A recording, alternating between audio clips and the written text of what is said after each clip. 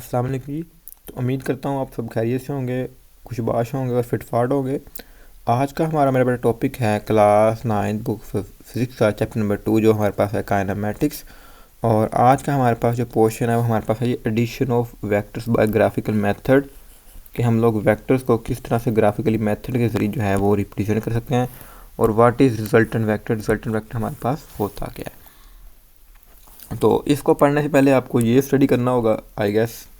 तो पहले हम अगर इसको कर लेते हैं तो वो आपको एग्जैक्टली क्लियर हो जाएगा। ठीक है, तो फर्स्ट ऑफ ऑल हम लोग इसी टॉपिक को पढ़ लेते हैं। तो कहते हैं एडिशन करनी है, यानी वेक्टर्स को ऐड करना है हमने ग्राफिकली मेथड से। ग्राफिकल मेथड कौन सा, जिसमें हम लोग वेक्टर्स को रिप्रेजेंट करते हैं। तो इसको करने के लिए हमारे पास एक हेड टू टेल रूल होता है, उसको हमें एक्सप्लेन करना होगा। तो देखो यहाँ पे लिखा हुआ है, पहले आपको मैं जल्दी बता देता हूँ कि हमारे पास हेड टू टेल रूल होता क्या है। तो हेड टू टेल कहता है कि अगर आपके पास एक कोऑर्डिनेट सिस्टम हो, उसके अंदर आपको वेक्टर को रिप्रेजेंट करना हो। तो अगर आपके पास सपोज करते हैं, फ़र्ज़ करते हैं कि एक वेक्टर हो ए, आपने करना क्या है, उसको जो एक जिस डायरेक्शन में उस डायरेक्शन में लिख लिया।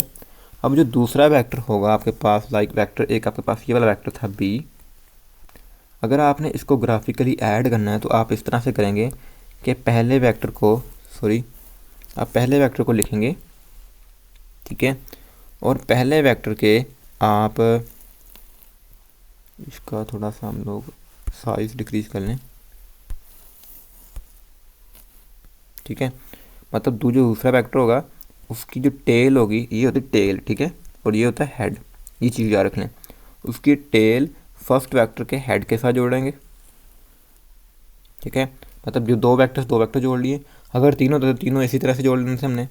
और उसके बाद एक वेक्टर ड्रा करें जो कि जिसकी टेल पहले वेक्टर की टेल के साथ हो, ठीक है, जिसकी टेल क्या हो, पहले वेक्टर की टेल के साथ, और जो हेड हो लास्ट वाले वेक्टर के, सॉरी ये स्ट्रेट बनानी थी, उसका जो हेड हो वो लास्ट वाले वेक्टर के हेड के साथ मिले, ठीक है।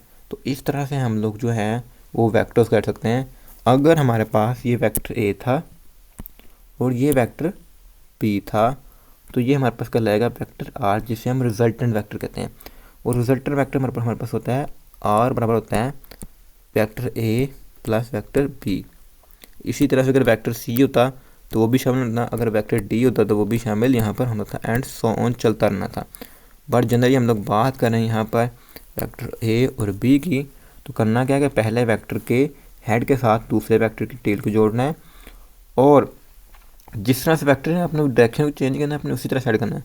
और लास्ट में अपने एक वेक्टर ड्रा करना है जो पहले वेक्टर के टेल के साथ टेल जुड़ी हो और लास्ट वाले वेक्टर के साथ उसका हेड जुड़ा हो। तो वेक्टर हमारे पास कहलाएगा जी रिजल्टेंट वेक्टर, जिसे हम इस रूल को हम कहते हैं हेड टू टेल रूल, ठीक है। तो आई होप आपको क्लियर हो गया होगा। मैं एक दफ़ा इसकी जो टर्मिनोलॉजी है, जो डेफिनेशन, उसको पढ़ देता हूँ ताकि आपको और ज़्यादा वो चीज़ अच्छे से समझ आ जाए। उसके बाद हम एक दफ़ा रिजल्टेंट वेक्टर को पढ़ लेंगे और हमारा टॉपिक जो है वो कंप्लीट हो जाएगा। अब यहाँ पे देखो लिखा हुआ है जी, to add number of vectors redraw their representative line such that the head of one line coincide with the tail of other. यानी पहले वेक्टर को जो हेड है अगले वेक्टर की टेल के साथ अलाइन करे of each other. The resultant vector is given by a single vector, और रिजल्टेंट वेक्टर को हम लोग एक ही वेक्टर से रिप्रेजेंट करेंगे। जैसे देखा जाए यहाँ पे दो वेक्टर थे, बट यहाँ पे resultant vector as a single vector ही आया, which is directed from the tail of first vector, मतलब उसकी टेल फर्स्ट वेक्टर की टेल के साथ होगी, to the head of the last vector, और जो लास्ट वेक्टर होगा उसका हेड उसके साथ अलाइन हो रहा होगा। तो इस चीज़ को हम कहते हैं हेड टू टेल रूल, ठीक हो गया। अब जैसे देखो यहाँ पे न्यूमेरिकल भी दिया गया है कि हमारे पास एक वेक्टर था ये वाला और एक वेक्टर हमारे पास ये वाला था। अब यहाँ पे एक रिजल्टेंट लिया गया तो हमारे पास आंसर दिस वन आया, ठीक हो गया। अब हम आते हैं हमने रिजल्टेंट वेक्टर की तरफ। तो रिजल्टेंट वेक्टर हमारे पास क्या होता है, कहता है when we can add two or more vectors to get a single vector। हम लोग दो या दो से ज़्यादा वेक्टर्स को ऐड करते हैं एक सिंगल वेक्टर को रिप्रेजेंट लेने के लिए, निकालने के लिए, जैसे यहाँ पे हम लोगों ने भी निकाला भी। This is called as resultant vector, और इसे हम कहते हैं रिजल्टेंट वेक्टर का। It has the same effect as the combination effect of all vectors, यानी कि जो इसका इफेक्ट होगा वो तमाम वेक्टर्स को जैसे ऐड किया है उसके बराबर ही होगा टू बी एडेड, जिनको हम लोगों ने ऐड किया है। We have to determine the both magnitude and direction of the resultant. हमको वहाँ पर जो मैग्नीट्यूड के साथ मैग्नीट्यूड तो मिलता है, ये बाद में डायरेक्शन भी मिलती है। Therefore it is q different from the scalar addition, तो इसलिए हम कहते हैं ये स्केलर एडिशन से क्या है, डिफरेंट है। One method of addition of the vector is graphically method, इसमें से मेथड हमारे पास क्या है, ग्राफिकल मेथड, जिसे हम अभी स्टडी कर हटे हैं। तो आई होप आपको क्लियर हो गया होगा कि हमारे पास रिजल्टेंट वेक्टर क्या होता है और हम लोग किस तरह से ग्राफिकली वेक्टर्स को ऐड कर पाते हैं। वो हमारे पास कौन सा रूल है, हेड टू टेल रूल। आपको पेपर में ये आएगा कि what is head to tail rule, तो आपको ये वाली डेफिनेशन लिखनी है और साथ में ऐसी एग्जांपल बना देनी है। ठीक है, मैं दोबारा रिपीट कर दूँ, आपने करना क्या है, आपके पास कोऑर्डिनेट्स के अंदर एक्सिस थे, तो ये कोऑर्डिनेट्स बना होगा असल में। ठीक है, एक नए कोऑर्डिनेट्स कैसे ऐड करना है आपने, कि पहला वेक्टर ऐड किया, ऐसे लिख लिया जिस डायरेक्शन में था। अब जो दूसरा वेक्टर लेना है उसकी जो हेड हो, मतलब फर्स्ट वेक्टर का हेड होगा, उसके साथ उसकी टेल जुड़नी है और इस तरह से लाइन लेना है। अब जितने वेक्टर्स थे 3 थे, तो तीसरा वेक्टर लाइक ऐसे था, मैं ऐसे और ड्रा करूँ तो लाइक वो यहाँ पर अगर आ रहा है तो देखिए 3 वेक्टर ऐड हो गए। अब जो रिजल्टेंट वेक्टर आएगा ना, वो हमारे पास होगा पहले वेक्टर की टेल का दूसरे आस वाले वेक्टर के हेड के साथ। तो ये मेरे पास क्या वेक्टर आ गया। मतलब इस तरह से डायरेक्शन कोई भी सकती है, लाइक वो वेक्टर यहाँ का भी आ जा सकता था। तो फिर हमारे पास जो होने थे ना, जो रिजल्टेंट वो ऐसे होना था हमारे पास, ऐसे। सही हो गया, तो इस तरह से।